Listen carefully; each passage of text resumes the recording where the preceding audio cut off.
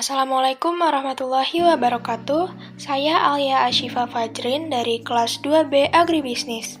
Pada kesempatan ini, saya akan memaparkan hasil pengamatan terhadap pasar yang telah saya lakukan. Pasar bukan hanya sebatas tempat, melainkan sebuah proses transaksi antara permintaan dan penawaran. Pada kesempatan yang lalu, saya telah mengamati dan membandingkan dua macam pasar, yaitu pasar tradisional dan pasar modern. Seperti namanya, pasar tradisional adalah pasar yang bersifat tradisional, di mana para penjual dan pembeli dapat mengadakan tawar-menawar secara langsung. Pada pasar ini, mayoritas produk yang diperjualbelikan adalah produk yang berupa bahan pokok segar seperti sayur mayur, daging, dan ikan, serta produk setengah jadi seperti tahu, tempe, dan juga ikan asin. Pada kios sayuran, penjual menjual produknya dengan dijual per kilogram, per ikat, dan ada juga produk yang dijual per paket. Seperti paket sayur sop, di mana dalam satu plastik sudah terdapat wortel, kol, dan bahan dasar untuk membuat sop lainnya. Dalam proses transaksi, di pasar ini masih menggunakan cara lama, yaitu pembayaran menggunakan uang tunai. Di pasar ini, terdapat toko-toko yang menjual produk secara grosiran, sehingga pembeli membeli produk di toko tersebut untuk dijual kembali.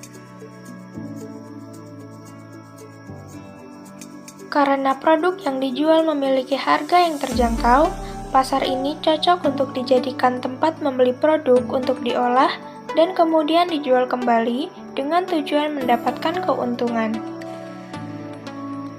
Pasar modern adalah pasar yang bersifat modern, di mana barang-barang yang diperjualbelikan memiliki harga yang tetap dan tawar-menawar tidak banyak dilakukan di pasar ini.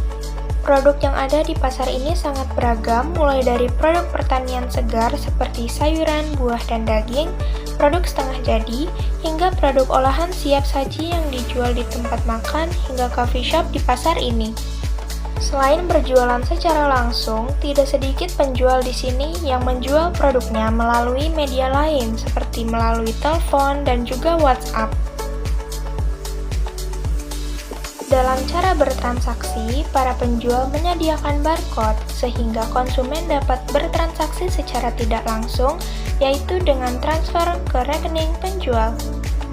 Pada pasar ini, terbentuk harga produk di atas harga pasar tradisional, karena produk tersebut memiliki kualitas dan grading yang lebih tinggi jika dibandingkan dengan produk di pasar tradisional. Mayoritas pembeli di pasar ini membeli barang untuk dikonsumsi pribadi dan tidak untuk dijual kembali, sehingga pasar ini disebut pasar konsumsi. Meskipun pasar tradisional dan pasar modern memiliki berbagai perbedaan, akan tetapi keduanya memiliki kesamaan seperti sama dalam hal syarat terjadinya dan dalam segi fungsi.